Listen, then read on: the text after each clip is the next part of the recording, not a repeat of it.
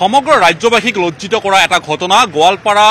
মহাবিদ্যালয়ত সংঘটিত হৈছিল 11 ছেপ্টেম্বৰৰ দিন দুপৰতে য'ত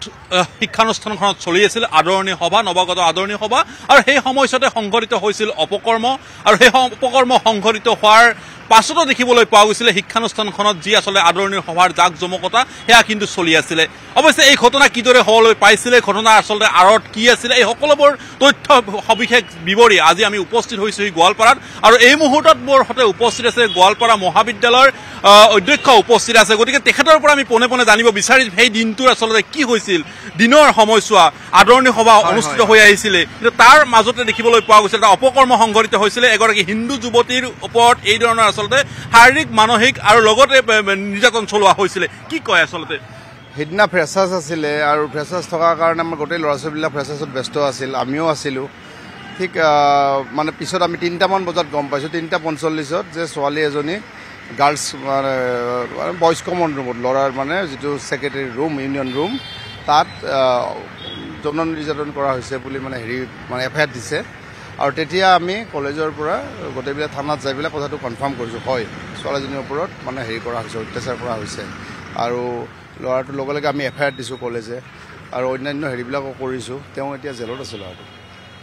এখন শিক্ষানুষ্ঠান গৰিমাময় এই প্ৰতিষ্ঠানৰ পৰাই প্ৰতিগৰাকী প্ৰাৰ্থীয়ে ভৱিষ্যত জীৱন গঢ়ে সেই শিক্ষানুষ্ঠানৰ চৌহদত এনেকুৱা ধৰণৰ সম্ভৱতঃ ইকবাল হুছেইন নামৰ সেইগৰাকী আসন্দই কিদৰে আসলে সাহস কৰিবলৈ পালে যে শিক্ষানুষ্ঠানৰ মজিয়াত এই ধৰণৰ এগৰাকী যুৱতীক যৌন নিৰ্যাতন চলাবলৈ পালে আচলতেতো আমাৰ কাৰণে এইটো খুব বিস্ময়কৰ যোৱা 5 বছৰ ঠিক এনেকুৱা ঘটনা আমি কিন্তু পোৱা নাছিলোঁ দুই এটা কেতিয়াবা জকোৱা টকা এনেকুৱা ঘটনা হয় ছোৱালীক তেতিয়া আমি কিন্তু একশ্যন লওঁ মানে ভয় এক্সপেল কৰোঁ নহ'লে অন্যান্য কিন্তু সিদিনা যিটো ঘটনা এইটোতো আমি আচলতে স্তম্ভিত হৈ গৈছোঁ এনেকুৱা ঘটনা এটা হোৱাক লৈ আৰু কলেজৰ চৌপাশত চাৰিওপিনে CC কেমেৰা আছে আছে আৰু লগতে আমাৰ মানে চেল এগেইনষ্ট ছেক্সুৱেল হাৰাছমেণ্ট বুলি ৱৰ্ক প্লেছত যদি কাকো কোনো হাৰাছ কৰিব নোৱাৰে কেৱল ষ্টুডেণ্টে নহয় এমং টিচাৰ্ছৰ কথাও আছে আছে গতিকে আমাৰ কিন্তু এনেই ইমান দিন খুব কনচিয়াছ আছিলোঁ কথাটোক লৈ আৰু আমি সিদিনাও যে এনেকুৱা এটা ঘটনা ঘটিব আমি ভবা নাছিলোঁ সাহস কৰাটো এটা দুঃসাহস আৰু দুঃসাহস কাৰণে এক্সেপশ্যনেল পানিছমেণ্টো হ'ব গৈছে আৰু এতিয়া আমি নিজেও এটা এলানি মেজাৰ্ছ লৈছোঁ যাতে জিৰ' হয় এনেকুৱা ধৰণৰ কথা যাতে কেতিয়াও নহয় আৰু আপুনি উল্লেখ কৰিছে CC কেমেৰা আছে যি স্থানত ঘটনাটো সংঘটিত হৈছিল যিটো সেই ৰুমটো তাৰমানে ইউনিয়ন বডিৰ ৰুম আছিলে সেইটো ৰুমৰ ভিতৰত কিন্তু নাছিল CC কেমেৰা অন্য ঠাইত আছে যদি বাহিৰ ভাগত ধৰা পৰিছিলে সেই গেটখনৰ এটা আমাৰ হাতলৈ খবৰ আহিছিলে যে খিলিটো বাহিৰৰ ভাগৰ পৰা বেলেগ এজন ছাত্ৰই তাত সহযোগ কৰিছিলে সেই কথাখিনি এতিয়ালৈকে কিন্তু উদ্ধাৰ হোৱা নাই খিলিটো আচলতে বাহিৰত ভিতৰত তাতে হুক নাই এইটো কৈছে যে বাহিৰৰ পৰা কৰা বুলি আমাৰ ঠিক যিখিনি ঠাইত মানে ইউনিয়ন বডিৰ ৰুমটো আছে তাৰ সেইখিনি ঠাইত CC কেমেৰাটো নাই কিয় নাই আগতে এনেকৈ ভাবিছিলোঁ যে মহাবিদ্যালয়ৰ কৰ্তৃপক্ষৰ বিষয়ে কেতিয়াবা ইউনিয়ন বডি আলোচনা কৰে কৰে এতিয়া কিন্তু আমি CC কেমেৰা নতুনকৈ তেওঁলোকৰ ৰুম চুম শিফ্ট কৰি দিছোঁ আৰু একদম মানে চিৰিজ অফ মেজাৰ্ছ লৈ যাতে ভৱিষ্যতে নহয় কিন্তু ঠিক সেইখিনি ঠাইত নাছিল কিন্তু আগে পিছৰ সেই ছাত্ৰগৰাকীৰ বিৰুদ্ধে অভিযোগ আছে যে বহু এটা অইন ছাত্ৰৰ তুলনাত পৃথকভাৱে আচাৰ আচৰণ কৰে বিদ্যালয়লৈ অহা যোৱা কৰে এনেকুৱা ধৰণৰ তেখেতৰ বিৰুদ্ধে অভিযোগ কিন্তু পূৰ্বৰ পৰা আছে না অভিযোগ কিন্তু ৰিটেন কোনোদিনে অভিযোগ পোৱা নাই আৰু অভিযোগ থাকিলে একচুৱেলি একশ্যনে লোৱা হ'লে আৰু সিদিনা ঘটনাটো যেতিয়া ঘটিছে তাৰপিছতো আমাক জনোৱা নাছিল বাহিৰে থানাত কৰিছিলে থানা আমি নিজেও কিন্তু কলেজৰ ফালৰ পৰা এইটো নাভাবিব আমি জিৰ' টলাৰেঞ্চ অলপো সহ্য নকৰোঁ আমি ইনষ্টেণ্টলি এফআইআৰ দিছোঁ আমাৰ টিচাৰে যাতে সাক্ষী দিছে যাতে কেছটো কোনো প্ৰকাৰে ডাইলুট হ'ব নোৱাৰে আৰু তাৰ অংশ হিচাপে তেওঁ কিন্তু এটা জেলত বা আছে মানে কাষ্টডিত আছে পুলিচৰ গতিকে আমি আমাৰ ফালৰ পৰা কিন্তু কমকৈ কাম কৰা নাই আমি ইউনিয়ন বডি ৰিজল্ভ কৰি দিছোঁ তাৰপিছত আপোনাৰ ল'ৰাটোৰ ওপৰত যি আমি কৰিব তেওঁ তাৰমানে ধৰি লওক জেলৰ পৰা যদি ওলাইও আহে বা হয় কলেজৰ কেম্পাছত সোমাব নোৱাৰিব সোমালে ইনষ্টেণ্টলি আকৌ এৰেষ্ট হ'ব এনেকুৱা ধৰণৰ আমি কিছুমান মেজাৰ লৈছোঁ আৰু লগতে ষ্টুডেণ্টবিলাকৰ মাজত কাউন্সিলিঙো আৰম্ভ কৰিছোঁ মাজতে আৰক্ষী অধীক্ষকেও ষ্টুডেণ্টলৈ কৰিছে গতিকে মই ভাবোঁ কলেজৰ এটা পুনৰ পৰিৱেশটো ঘূৰি আহিছে আৰু এইটো আৰু এনেকুৱা ঘটনা ৰিপিট নহ'ব দিনৰ দুপৰত সংঘটিত হ'ল এনেকুৱা জঘন্য ঘটনা সকলো ল'ৰা ছোৱালী আছে বিদ্যালয়ত উপস্থিত আছে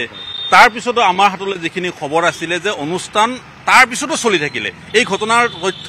খবৰ আপোনালোকৰ মাজলৈ আহিলে তাৰ পিছতো অনুষ্ঠান চলিব থাকিবলৈ দিয়া হ'ল প্ৰতিবাদ চলি থাকিবলৈ দিয়া হ'ল এয়া আচলতে সম্ভৱ হয় জানো বিদ্যালয়খনত নহয় এইটো আচলতে আমি তেতিয়া ক'লো নহয় 3:45 আমি জানিব পাৰিছো তেতিয়া ফ্ৰেচাৰ্ছ চলি আছে আৰু ফ্ৰেচাৰ্ছত গায়ককো মাতি অনা হৈছে বা খুব ডাঙৰ এটা এৰেঞ্জমেণ্ট চবৰে হেৰি কৰিছে আপুনি ভাবে নেকি যে ৰেপৰ এটেম্প কৰা বা এনেকুৱা বেয়া ঘটনা এটা ঘটাৰ পিছত আমি চলাব দিম নেকি আমি আচলতে জানা নাছিলোঁ এতিয়ালৈকে সেইকাৰণে লগে লগে আমি থানাত যাব খুজিছোঁ যে কথাটো কি হৈছে আৰু থানাত গৈ আমি FIR গোটেইখিনি কৰি আহিছোঁ গতিকে এইটো নহয় যে আমি জানি শুনি পেলাই যাতে হেৰি প্ৰগ্ৰেম হ'ব দিছোঁ এইটো কিন্তু নহয় আমি তেতিয়ালৈকে গম পোৱা নাই আৰু গম পাম কেনেকৈ আমাক জনোৱা নাইতো যদি জনালে হয় যদি শুনিছোঁ 10:11 হৈছে ঘটনাটো যদি আমাক জনালে হয় আমি 10:30 বজাত লগাব ধৰালৈ ল'ৰা কিন্তু আমাক জনোৱা নাই তেতিয়া আমি আচলতে ইমান ডাঙৰ এটা ঘটনা আমাৰ হেৰিত হৈছে আৰু এটা কথা কলেজ খুব ডাঙৰ কলেজ 5,000 মান ল'ৰা ছোৱালী আছে আৰু এতিয়ালৈকে আমি সকলো ফালৰ পৰা হেৰি আছিলে এই ঘটনাই আমাক কিন্তু এইটো ফ্ৰণ্টত আৰু কাম কৰিব লগা আছে আমি এইটো কথা বুজি পাইছোঁ কিন্তু এনেকুৱা নহয় যে জানি শুনি তাতে আমি প্ৰগ্ৰেম চলাম এইটো কিন্তু নহয় কথাটো ইকবালৰ সৈতে আৰু কোনোবা জড়িত থাকিব পাৰে এই সমগ্ৰ ঘটনা আমি আৰক্ষীক অনুৰোধ কৰিছোঁ যে তেওঁৰ লগত আপোনালোকে এইটো হেৰি কৰক আপোনালোকে উলিয়াব লাগিব বা আমিও চেষ্টা কৰিম আমি আমাৰ পৰা যদি কিবা সহযোগ লাগে হেৰি কৰিম কোনোবা যদি জড়িত হৈ আছে কাৰণ এইটো কথা যেতিয়া কৈছে যে বাহিৰৰ পৰা দৰ্জাখন মাৰি দিয়া বুলি কৈছে অৰ্থাৎ সেইটোতো ছাপৰ্ট দিয়া হৈছে নহয় আপুনি তাৰমানে তেওঁক প্ৰটেকশ্যন দিয়াৰ দৰে হৈছে বা হেৰি কৰাৰ দৰে হৈছে গতিকে আমিও আমাৰো এটা সন্দেহ আছে যদি কোনোবা ইনভলভ হৈ আছে পুলিচেও কিন্তু খুব চিৰিয়াছলি হেৰি কৰি আছে তেওঁ এতিয়া কাষ্টডিতে আছে এতিয়াও আপোনাৰ সহযোগী শিক্ষয়িত্ৰীসকলে ইতিমধ্যে অভিযোগ উত্থাপন কৰিছে আচলতে গোৱালপাৰাৰ দৰে স্থানত এতিয়া থাকিবলৈ তেখেতক সুৰক্ষিত নহয় নিৰাপত্তাহীনতাত ভুগিছে বুলি তেখেতসকলে সংবাদ মোৰ মতে নিৰাপত্তাহীনতাত ভুগিব নালাগে নিৰাপত্তাহীনতাত ভুগিব লগা নহয় একদম নহয় তেখেতসকলে স্পষ্ট কৰি দিছে যে ইয়াত থাকিব পৰা পৰিৱেশ ইয়াত একদম থকা পৰিৱেশ আছে আৰু ইয়াত নিৰাপত্তাহীনতা নাই কিন্তু মই এইটো সেইবিলাক একপক্ষীয় কথা নিৰপেক্ষ তাৰমানে অলপ সিদিনা তাতে থানাত মানুহ উত্তেজিত হৈ আছিল তো কিবা কিবি চিঞৰিছে কিন্তু মই নাভাবোঁ যে গোৱালপাৰাৰ দৰে এখন ঠাই অনিৰাপদ হ'ব এইটো মই কেতিয়া নাভাবোঁ এইটো একদম নিৰাপদ ঠাই আৰু আমাৰ শিক্ষয়িত্ৰীক আমাৰ আৰক্ষী অধীক্ষক SP DC থানা সকলোৱে কৈছে যে আপোনালোকে লেখ মানুহ চিন্তা কৰিব নালাগে যদি কিবা হেৰি হয় তেতিয়াহ'লে আমাক জনাব আৰু মই আপোনালোকৰ জৰিয়তে এটা কৈছোঁ এই সিদিনাই মই মিটিঙতো কৈছোঁ যে যিকোনো ল'ৰা ছোৱালীক যদি অপদস্থ কৰা বাদ দিয়ক যদি কিবা কাৰণত কাৰোবাক কোনোবাই জোকায় কিবা অন্য দিগদাৰী দিয়ে বা টিচাৰ এটা কিবা হেৰি কৰিব খোজে ইনষ্টেণ্টলি মোক হেৰি কৰিলে হ'ল তাৰপিছত আপোনালোকে চাব যে তেওঁ নিৰাপদ হয়নে নহয় একদম হ'বই নোৱাৰে তেনেকুৱা কথা তেখেতসকলে এই কথা পোহৰলৈ বা তেখেতসকলে সংবাদ মাধ্যমত এই ধৰণৰ কথা প্ৰকাশ কৰাৰ আঁৰত কি থাকিব পাৰে না আঁৰত একো নাই তেওঁলোকে এখন ভাল সমাজ হোৱাটো বিচাৰিছে আৰু এনেকুৱা ধৰণৰ ঘটনা ঘটিলে অলপ শংকা হ'ব মানুহৰ এনেকুৱা ধৰণৰ হৈছে কথাটো কিন্তু তেওঁলোকে মানে